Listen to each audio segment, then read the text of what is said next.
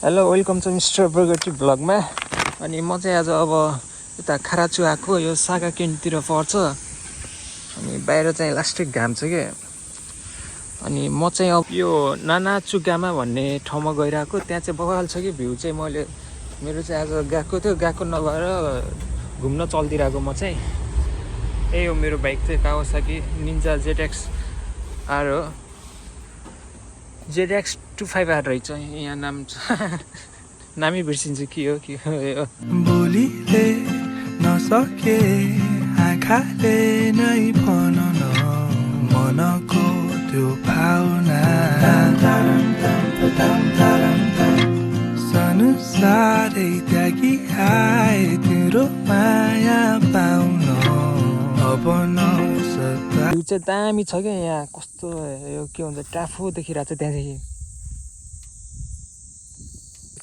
सुनसान छ कि, मान्छेहरू नि कोही छैन यहाँ। यस्तो पुरै जङ्गलको बिचमा। यहाँ त फेरि यो गब्दा, हाम्रोतिर सुदूरपश्चिमतिर गब्दा भन्छ यो चाहिँ। यहाँ पुरै खेतीबारी गरेको छ क्या यहाँ। जिदो हम्बाइकी रहेछ। अब यहाँ जिदो हम्बाइकीबाट चाहिँ एउटा जुस चाहिँ लानुपर्ने हुन्छ। कुम्बिनी चाहिँ छैन यहाँ। पानी सानी तिर्खा लगायो भने चाहिँ यतिदेखि बोकेर जानुपर्छ।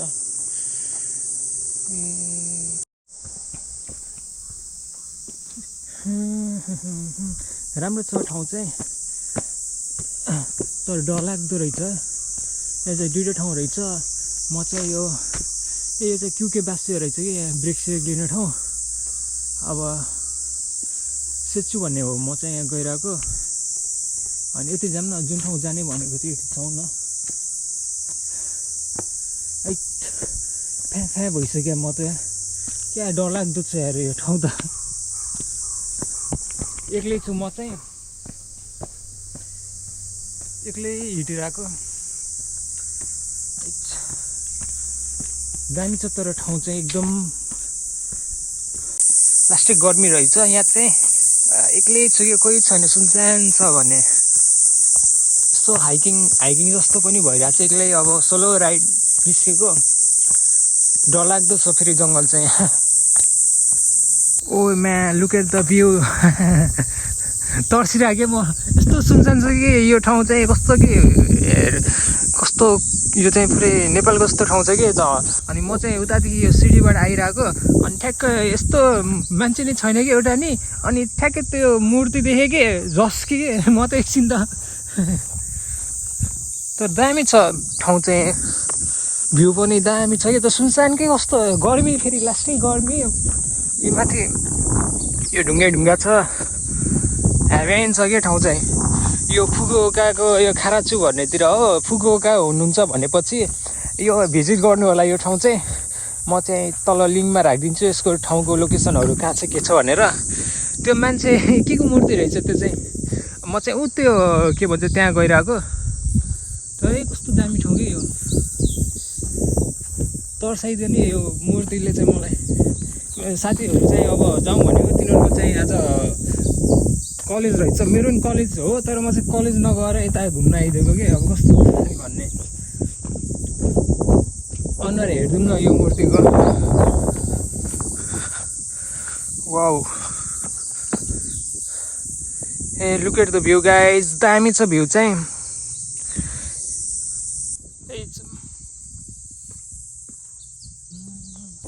म चाहिँ यहाँ भिडियो बनाइरहेको कि। अनि यसो खुच्ची बोली जस्तो आउँछ। अनि मलाई कस्तो डर लाग्यो। यता यो के भन्छ, तल गएर हेर्छु त यहाँ त के भन्छ 1 2 3 4 5 6वटा छ। तिनीहरू चाहिँ त्यहाँ नुहाइरहेको रहेछन्।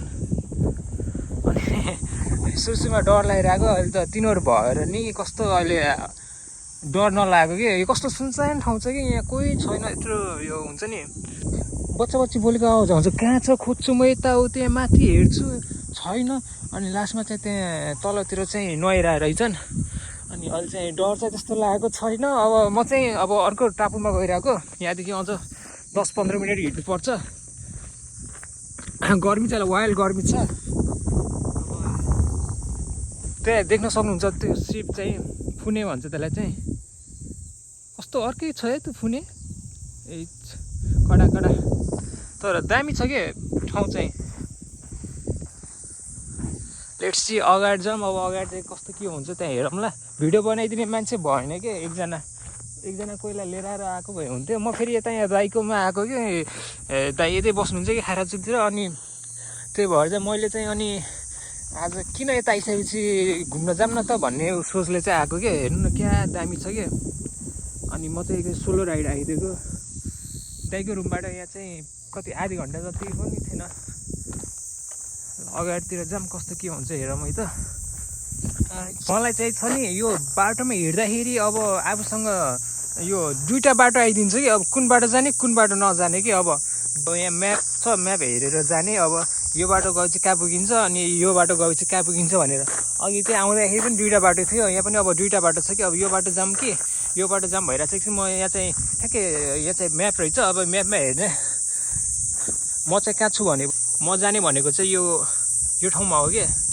यहाँदेखि भ्यूहरू चाहिँ राम्रो देखिन्छ। अनि यता पनि के रहेछ ठाउँहरू चाहिँ यहाँ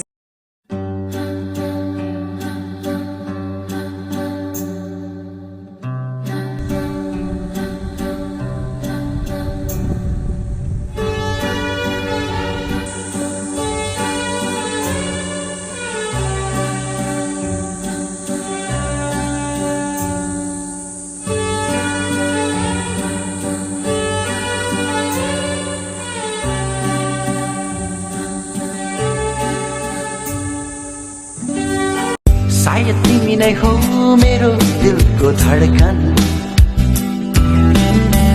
सायद तिमी नै हो भविष्य र वर्तमान।